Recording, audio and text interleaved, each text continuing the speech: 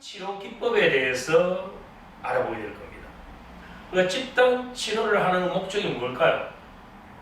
결국 그 집단 구성 속에서의 개인의 알아차림과 접촉을 어떤 정진시켜주는데 보조 수단으로 이 집단 치료 기법을 활용하는 것입니다. 그럼 집단 치료 기법과 1대1 개인 치료 기법의 기본적인 어떤 원리나 방법이 틀린 것은 아닙니다. 그 기법은 각거나 비슷하지만 그 대상이 1대1 상담사와 내담자의 1대1 관계가 아닌 집단 속에서의 어떤 그런 변화 속에서 개인의 긍정적인 변화와 성장을 이끌어내는 부분에 차이가 있을 뿐이지 기존에 여러분들이 배워왔던 게스탈트 심리 치료 기법을 집단에 활용하는 것이다. 이렇게 이해하면 좀 더 쉽겠죠. 1대1 상담에서 우리는 무엇인가에 대해서 주로 대화 형식으로 많은 진행을 합니다. 그 속에서 내담자의 변화를 일구어내죠. 그런데 집단 치료 기법은 그것보다는 좀 더 새로운 부분을 직접 내담자가 집단 속에서 그걸 체험해보고 또 그 체험 속에서 자신의 경계를 확장하고 좀 더 객관적이고 또 전체성을 더 가질 수 있는 그런 긍정적인 효과가 있습니다. 1대1 상담도 효과가 있지만 집단 치료는 보다 더 큰 하나의 사회 속에서 자신의 변화를 일구어내니까 더 큰 변화를 일구어낼 수 있는 효과가 있다 이 말입니다. 집단 실험 종류는 그 앞에 우리가 배웠던 그런 치료 기법들이 그대로 활용이 됩니다. 머무르기나 현재화 기법이나 추상적 진술을 구체화하기, 과장하기 또는 투사적 대화, 반대로 하기, 메타포 사용, 그 다음에 실현, 환상 작업, 비뇌자, 집단 연극, 신체 동작, 집단 무용 등 다양한 이런 방법들을 활용하게 됩니다. 자, 메타포 기법. 메타포가 뭔가요? 메타포는 다른 말로 하면 은유법. 그게 이야기 형태로 하는 거죠. 그럼 이 메타포는 어떤 개념적 이해에 직관을 가질 수 있도록 도움을 줄 수 있는 게 이 메타포 기법이 갖는 긍정적인 효과입니다. 자, 이건 일반적인 어떤 그런 현실적인 이야기보다는 좀 더 재밌지 않을까요? 이야기 형태로 스토리텔링 형태로 하니까 좀 더 재미가 있고 또 내담자가 그 재미, 흥미를 느끼면서 자기 안에 그러한 어떤 동기부여가 되기도 하고 에너지가 생기기도 하죠. 그래서 이 메타포 활용이 집단의 문제를 해결하는데 아주 도움이 될 수 있다. 여기서 중요한 건 이 메타포의 내용이 지금 이 집단 구성원들의 경험과 전혀 이질적인 부분을 이야기해서는 메타포의 효과가 떨어진다는 겁니다. 다른 말로 하자면 이 내담자들이 갖고 있는 어떤 결핍이나 또는 어떤 유사한 점을 찾아서 이 메타포를 들음으로 해서 내담자들이 암시적으로 이런 부분이 내게 이렇게 관계가 되는구나 라고 해서 자신의 이야기로 받아들여서 어떤 변화를 일굴 수 있는 그러한 줄거리가 되어 있다는 거죠. 그래서 메타포는 내담자와 공유하지 않는 부분으로 가지고 표현해서는 효과가 떨어진다는 겁니다. 자, 집단 꿈 작업입니다. 집단 꿈 작업. 지금 계속 하고 있는 이 집단 치료 기법은 여러분들 상담 과정에서도 아주 유용하게 활용이 가능하고 코칭에서도 이걸 응용해서 얼마든지 활용이 가능한 아주 중요한 내용들입니다. 집단 꿈 작업은 한 개인이 꾸었던 꿈을 이야기를 하게 만들어서 꿈 작업을 합니다. 그럼 꿈 작업을 하고 듣던 나머지 집단들이 자신이 선택한 그 꿈 줄거리에서 하나의 내용을 자기화시켜서 그걸 각자가 연기를 하게 하는 겁니다. 그럼 그 연기를 하는 과정에서 집단 구성원들이 자신의 내면을 다시 발굴하고 또 그것을 이해하는 데 도움을 주는 것이 바로 집단 꿈 작업입니다. 그리고 꿈 작업에 대해서는 앞에 수업 내용에서 이야기했지 않습니까? 그래서 이렇게 꿈 작업을 통해서 이러한 문제를 해결하는 게 집단 꿈 작업입니다. 그 다음에 상상기법이에요. 상상기법. 이게 이제 참 중요한 부분이죠. 상상기법. 왜냐하면 우리가 상상을 하기 위해서 일반적으로 그냥 상상한다고 생각하는데 이 상상을 하기 위해서 우리의 감정이 동원되어야 됩니다. 우리의 욕구가 동원되어야 되고 우리의 감각이 동원되어야 되고 우리의 상상력이 동원되어야 되고 직감과 사고 등이 종합적으로 동원되어야 되죠. 그러면 이 상상이라는 것은 어떻게 보면 누구나 할 수 있는 거고 간단한 것 같지만 이상 내가 앞에 이야기했던 이러한 부분들이 다 동원되어야 되기 때문에 총체적이고 종합적인 어떤 그런 작업 과정이라고 볼 수 있죠. 우리 뇌가 갖고 있는 별명이 있잖아요. 뭐예요? 착각의 챔피언이죠. 우리 뇌는 상상한 것과 현실적 경험의 차이를 분명히 인지할 수는 있지만 그것을 기억화시킬 때는 같은 것으로 기억 시스템에 저장하기 때문에 상상한 것이 내 개인의 뇌신경 회로를 바꾸는 데는 똑같은 영향을 미친다는 말입니다. 그래서 중요한 건 상상을 할 때 어떻게 해야 되죠? 오감적으로 생생하게 해야 되는 부분이 필요하다.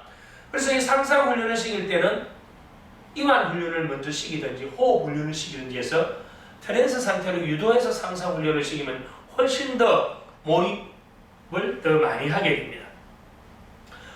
우리가 현실에서 경험하는 것은 대부분 불가능한 것도 많아요. 하지만 상상은 그 어떤 경계도 없고 그 어떤 장벽도 없죠. 불가능이 없는 것이 우리가 하는 상상이다 이 말입니다. 그럼 우리는 실현 불가능한 것도 충분히 상상을 통해서 체험을 할 수가 있다.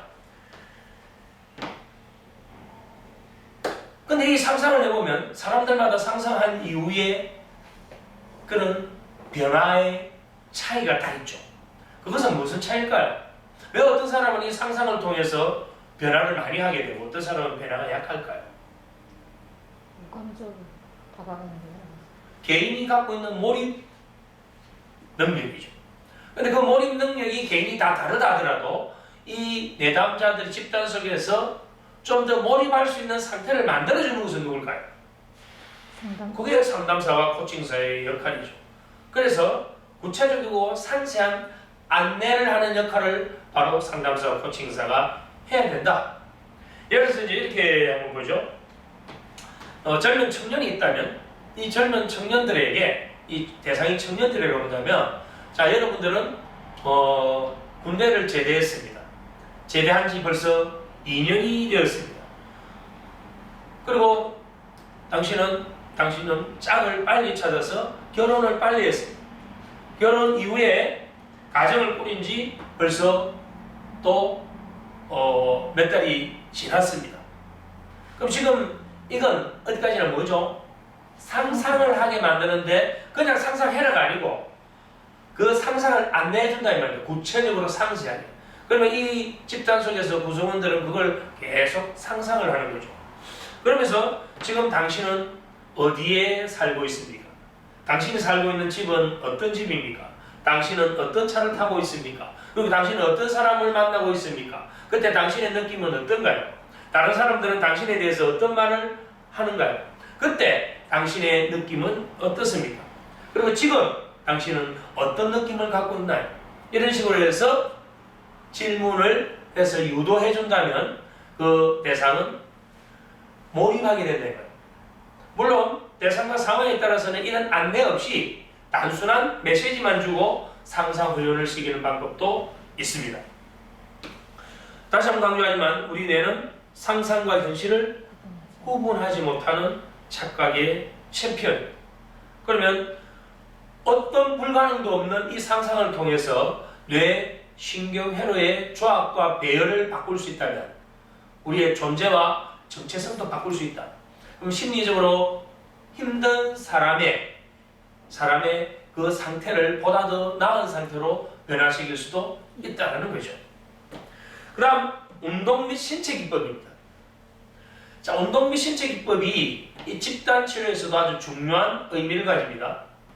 왜냐하면 우리의 몸과 우리의 마음은 서로 구분할 수 있는 것이죠.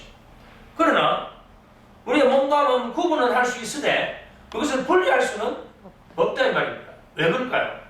우리 몸과 마음은 하나로 연결되어 있다. 그걸 뭐라고 하나요? 심신상관성이라고 하죠. 심신상관성에 의해서 우리 몸과 마음이 연결되어 있다는 것은 마음을 바꾸면 우리 몸을 바꿀 수 있고 거꾸로 우리의 몸을 바꾸면 우리의 마음을 바꿀 수 있다. 자, 이걸 조금 더 확대 구체적으로 본다면 우리의 마음이 긍정적인 상태가 된다면 우리의 몸이 긍정적인 활력 상태를 유지하게 되죠. 반대로 우리의 몸을 긍정적이고 활력 있는 상태로 만든다면 우리의 이 마음도 긍정적이고 활력 있는 상태로 변한다는 거예요. 자, 그것으로 가지고 이 운동 및 신체 기법을 쓰는 거예요. 왜냐하면 모든 현상은 정신적 현상인 동시에 신체적 현상입니다. 정신적 현상인 동시에 신체적 현상이다. 그렇다면 신체 자극을 통해서 우리는 뭐를 바꾸자? 뇌에 자극을 줘서 뇌의 신경적 회로를 바꾸자. 그 이야기예요. 그래서 집단 이 치료를 하기 전에 이걸 하게 되면 상당히 효과가 좋습니다. 먼저 맨발로 걷기 얼마나 쉬운가요? 맨발로 그냥 걷기 하는 거예요. 자, 맨발로 걸을 때 그냥 걷는 게 아니고 걸을 때 발바닥에 닿는 바닥에서 느껴지는 온도가 따뜻한지 차가운지 쿠션이 있는지 없는지 발바닥을 내가 걸을 때 발바닥에 어느 부위부터 땅에 닿는지 그리고 마지막에 떨어지는 부분은 어딘지 구체적으로 발바닥으로 맨발로 걸으면서 무릎은 어떻게 느낌이 오는지 허리는 어떤 느낌인지 이 부분들을 계속 만나게 만드는 거죠. 자, 맨발로 걸으면서 바닥의 느낌, 그 바닥이 매트일 수도 있고 자갈일 수도 있고 모래일 수도 있고 그러면 그 걷는 거에 따라서 뭐를 만나나요? 내가 그게 바뀐단 말입니다. 매트일 수도 있고 모래일 수도 있고 자갈일 수도 있다면 그것은 무엇인가요? 환경이죠. 내가 환경을 뭘 해야 되나요? 알아차리고 접촉한다 이 말입니다. 그냥 신발을 신고 걸을 때와 맨발로 걸을 때 들어오는 감각의 차이가 다르기 때문에 맨발로 걷는 것 자체만 가지고도 이미 우리는 집단 치료의 어떤 시작을 열고 있는 거죠. 그 다음에 그냥 방바닥에 누워 있는 거예요. 누워서 그냥 편안하게 있어보고 거기서 방바닥에 누워서 하늘을 천장을 보고 또 그게 야외라면 하늘의 구름을 보고 그리고 누웠을 때 등에서 쿠션이 있는 느낌이 어떻는지 바닥이 따뜻한지 차가운지 딱딱한지 쿠션이 있는지 이렇게 그냥 누워서 내가 뭘 만나나요? 환경을 접촉하게 만들어주는 겁니다. 그 다음 눈을 감고 걷게 하는 거예요.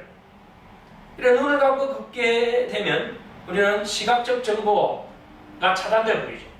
시각적 정보가 우리가 받아들이는 정보의 거의 70%를 차지하는데 이게 차단됐을 때 우리는 대부분의 환경적 자극을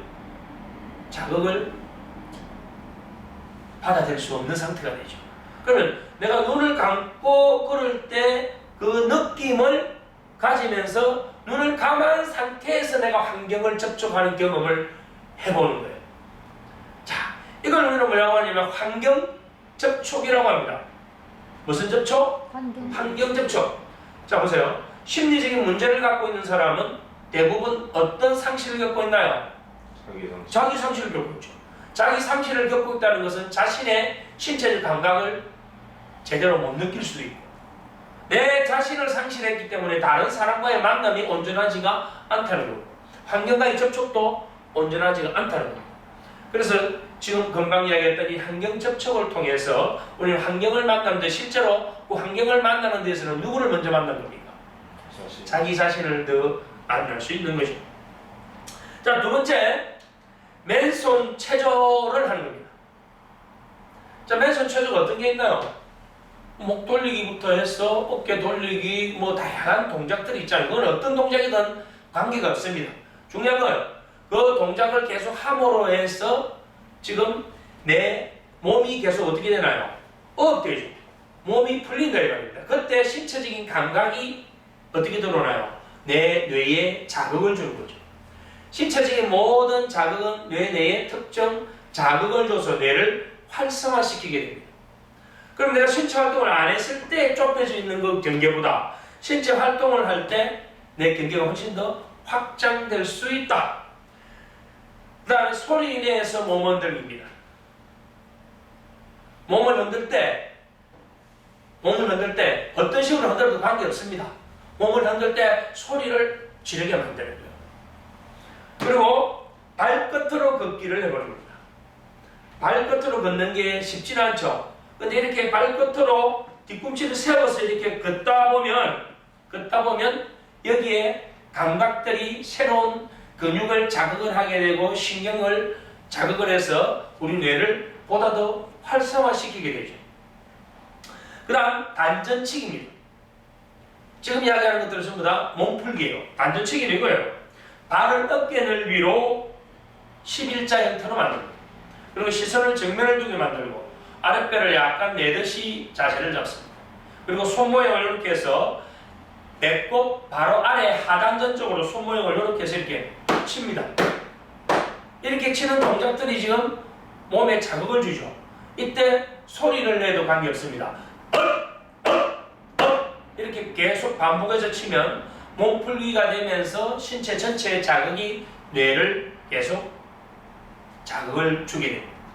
이러한 것들을 몸풀기라고 합니다. 그럼 환경 접촉과 몸풀기.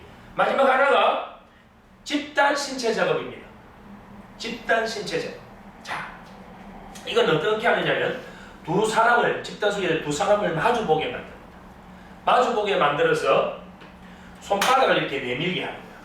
그 손바닥을 마주보고 서로 내밀면서 밀기를 쭉 하는 겁니다. 그러면 우리가 집단 속에서 지금 이 신체적인 그러한 자극, 느낌, 접촉 과정에서 내가 그걸 알아차린다 이 말입니다. 그래서 손바닥을 마주보고 서로 미는 작업, 그 다음에 서로 등 대고 밀기, 등을 서로 대고 이렇게 밀어서 신체적인 이러한 자극들을 받는 겁니다. 그 다음에 북을 치면서 막 뛰는 거, 우리가 농악할 때 보면 그런 게 막 조그마한 북을 쥐고 도는 거 있죠. 이런 것도 일종의 신체 활동이 되는 겁니다. 그 다음에 서로 간에 팔과 다리를 마사지 해주는 거. 그러면 내가 다른 사람을 마사지할 때 느끼고 또 다른 사람이 나를 마사지 해줄 때 그 신체적인 이런 느낌들이 결국 나의 경계를 더 확장시켜주게 되는 거죠. 이런 것들을 운동 및 신체 기법이라고 합니다. 자, 그럼 이런 운동 및 신체 기법은 지금 여기에서의 뭐를 해주나요? 알아차림과 접촉을 만들어주죠. 내 자신에 대한 알아차림과 상대방에 대한 알아차림, 내 자신과의 접촉과 상대방과의 접촉, 또는 내 자신과의 알아차림 접촉과 환경과의 알아차림과 접촉이 이루어지고 있다 이 말입니다. 그것이 나의 경계를 확장을. 그전에는 나는 다른 사람들하고 어울리는 것도 두려웠고 다른 사람들과 스킨십하는 것도 거북스러웠는데 이런 집단 신체 활동을 통해서 내가 경계를 확장해버리니까 사람들하고 스킨십해도 별 문제가 없네? 사람들하고 어떤 뭔가 작용을 해도 아무렇지도 않네? 그래서 경계가 확장되면서 나의 전체성을 만드는 것. 그래서 이 신체 기법과 운동은 아주 집단 치료에서도 중요한 영역으로 볼 수 있습니다.